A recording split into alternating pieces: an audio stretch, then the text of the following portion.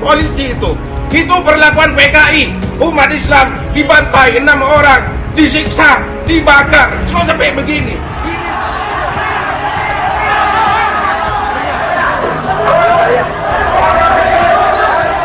Pak Giantono alhamdulillah sudah menerima kami dengan baik. Insya Allah apa yang telah kita sampaikan bisa disampaikan kepada pimpinan-pimpinannya, dan kita sangat apresiasi sambutannya Pak Gianto. Mudah-mudahan dengan kejadian pagi hari ini bisa diikuti di seluruh Indonesia, tanda ketidakpuasan kita dengan keputusan yang telah terjadi kepada imam kita Habib Rizik bin Syihab. Betul? Betul! Sebagian besar rakyat di bawah juga merasa bahwa sesuatu sedang berlangsung sebetulnya di dalam undercurrent politik, arus bawah politik gitu. Nah, sensor ini tidak dimiliki oleh istana, oleh kekuasaan. Jadi keributan-keributan kecil akan dipadamkan dengan cara yang sama, yaitu hajar.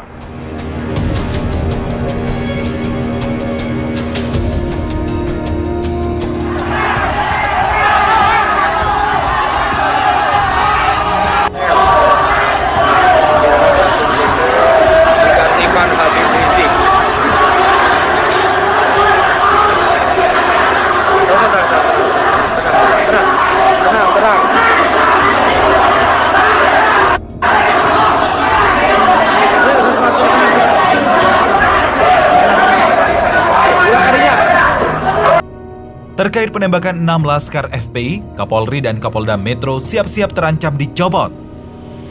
Kasus penembakan anggota FPI hingga tewas menimbulkan isu dorongan agar Presiden Jokowi mencopot Kapolri Jenderal Pol Idam dan Kapolda Metro Jaya Irjen Fadil Imran.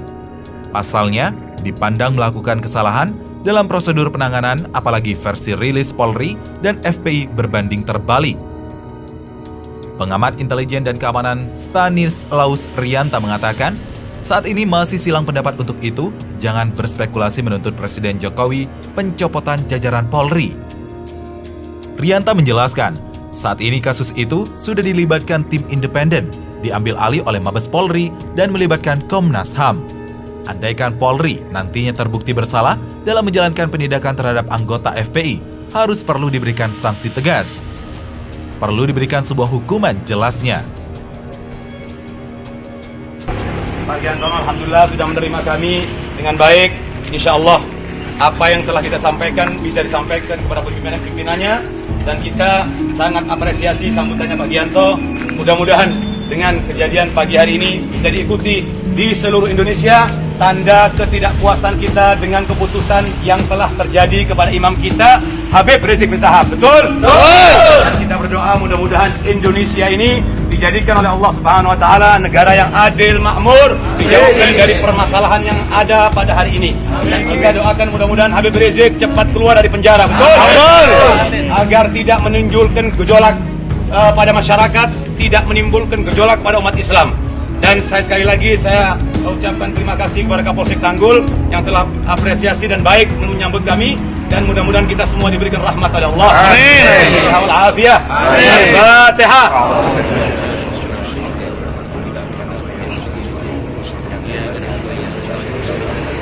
Ini menyakiti umat Islam semua, Habib.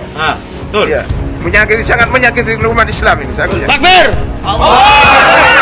Ini polisian itu kayak tingkahnya PKI, bukan kayak tingkahnya kepolisian seperti biasanya dulu. Sekarang pemerintahan itu dikuasai dengan PKI. PKI sekarang. Betul. Bukan sebenarnya menjalankan pemerintahan ini. Sakit hati umat Islam, sakit. Jangan seperti ini, seperti kepolisian.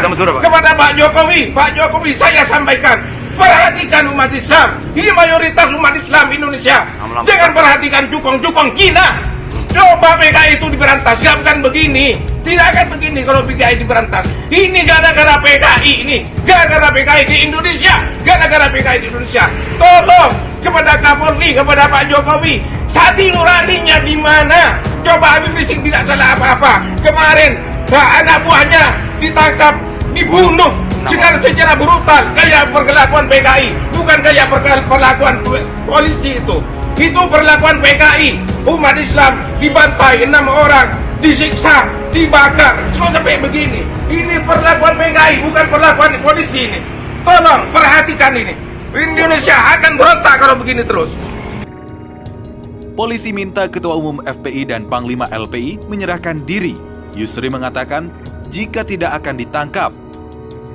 Imam Besar Front Pembela Islam Habib Rizik Syihab bersama 3 orang tersangka lainnya dalam kasus kerumunan massa di Petamburan telah mendatangi Polda Metro Jaya. Sehingga hanya tersisa 2 tersangka yang belum mendatangi Polda Metro Jaya untuk menjalani pemeriksaan. Adapun 3 tersangka yang sudah mendatangi Polda Metro Jaya, yakni Haris Ubaidillah selaku Ketua Panitia, Ali bin Alwi Alatas selaku Sekretaris Panitia, dan Habib Idrus sebagai Kepala Seksi Acara. Sementara 2 orang lainnya yang belum diperiksa, yakni Ketua Umum FPI Ahmad Sabri Lubis selaku penanggung jawab acara dan Panglima Laskar Pembela Islam Maman Suryadi sebagai penanggung jawab keamanan. Kabid Humas Polda Metro Jaya, Kombes Pol Yusri Yunus meminta agar kedua tersangka itu, yakni Ahmad Sabri Lubis dan Maman Suryadi, agar segera mendatangi Polda Metro Jaya untuk diperiksa. Diketahui, dalam kasus kerumunan massa di Petamburan, Polda Metro Jaya menetapkan Habib Rizik Syihab bersama 5 orang lainnya sebagai tersangka. Untuk Habib Rizik, polisi telah melakukan penahanan selama 20 hari ke depan, terhitung sejak 12 Desember 2020. Penahanan dilakukan usai polisi memeriksa Imam Besar FPI itu selama hampir 14 jam Sabtu kemarin. Polisi menjerat Habib Rizik dengan pasal 160 KUHP tentang penghasutan dan pasal 216 KUHP dengan ancaman hingga 6 tahun penjara. Sementara terhadap tersangka lain dikenakan pasal 93 Undang-Undang Kekarantinaan Nomor 6 Tahun 2018 dengan ancaman hukuman 1 tahun penjara. LSM juga beberapa LSM masih mampu baca itu. Sebagian besar rakyat di bawah juga merasa bahwa sesuatu sedang berlangsung sebetulnya di dalam undercurrent politik, arus bawah politik itu. Nah, sensor ini tidak dimiliki oleh istana, oleh kekuasaan. Jadi keributan-keributan kecil akan dipadamkan dengan cara yang sama, yaitu hajar, beku, segala macam. Nah, kita bisa belajar dari teori-teori sosiologi, psikologi massa segala macam. Kecepatan istana untuk mengendalikan situasi itu selalu terlambat. Dan bila faktor-faktor yang lebih strategis soal ekonomi, soal daya tahan hidup, soal frustrasi karena COVID segala macam itu tumbuh bersamaan, maka udah berantakan seluruh yang disebut sistem keamanan kita. Itu sebetulnya, dan saya anggap badan-badan intelijen mungkin lagi ngetes arus itu ada apa tidak. Tetapi mudah-mudahan tidak terlambat. Dan fasilitas untuk mentes itu saya kira udah dilewati batasnya, sehingga orang mulai tunjukkan sikap membangkang balelo, bahkan menantang kekuasaan dengan tangkap kami akan datang kalau Anda bahkan ikuti jejak Habib Rizik, kami akan datang aja ke Polda, lalu silakan interogasi kami itu dan tangkap aja. Nah, ini pemburukan demokrasi terjadi karena nggak ada fasilitas percakapan. DPR masih soal panggil-memanggil, minta keterangan. Nggak ada satu sikap otentik dari DPR untuk mengucapkan satu poin aja bahwa ini potensi berbahaya bagi bangsa. Kalau kalimat itu keluar dari pimpinan DPR, mungkin istana masih ngeh. Tapi kita tahu juga itu satu nada DPR sama istana tuh. Beberapa partai yang beroposisi mungkin juga menghitung ini. Demokrat menghitung, PKS menghitung, tapi saya masih anggap masih ada 2 partai itu yang berupaya untuk mewaraskan akal pikiran bangsa ini. Ya, harus. Bung Rocky, sebenarnya dulu ketika kita sama-sama 22 tahun yang lalu atau 23 tahun lalu kita bersama-sama berjuang, kemudian menumbangkan rezim Orde Baru dan kemudian bangun reformasi, saya tidak membayangkan bahwa 23 tahun kemudian 20 tahun lebih kemudian kita menghadapi situasi yang sama lagi. Sebenarnya saya pengen melupakan semua ini dan bergabung dengan Anda, menikmati pemandangan gunung salak dan mendengar kicau burung itu. Tapi apalacur ternyata harapan saya itu masih jauh sekali bisa kita segera wujudkan, Bung Rocky.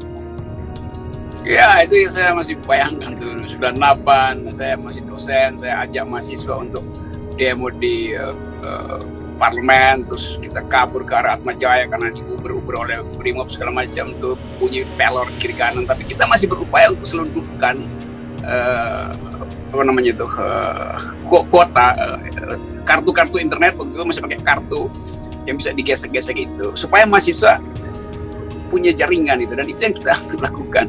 Kalau sekarang sebetulnya kita tidak lagi ingin kejadian semacam itu. Itu kan memori perjuangan dengan harapan bahwa perjuangan itu menghasilkan republik yang bermutu, republic of hope. Ya sekarang yang kita temukan adalah republic of fear, republik kecemasan. Itu yang kita sesalkan sebetulnya. Saya tidak kehabisan harapan gitu, karena kalau kita lihat nurani masyarakat seperti kita kemarin bahas, masih ada netizen yang bisa menyumbang sampai dalam angka besar miliaran rupiah dalam waktu sekejap dan sebagainya. Saya kira kita tidak boleh putus harapan. Masih tetap ada cahaya di ujung terowongan, Bung Rocky. Ya, masyarakat hatinya bercahaya. Yang hitam pekat itu adalah hati kekuasaan, dan mereka yang melumpuhkan akal pikiran bangsa ini. Baik. Oke. Terima kasih, Bung Rocky. Selamat menikmati hari Minggu dengan kontras politik yang luar biasa di negara kita ini.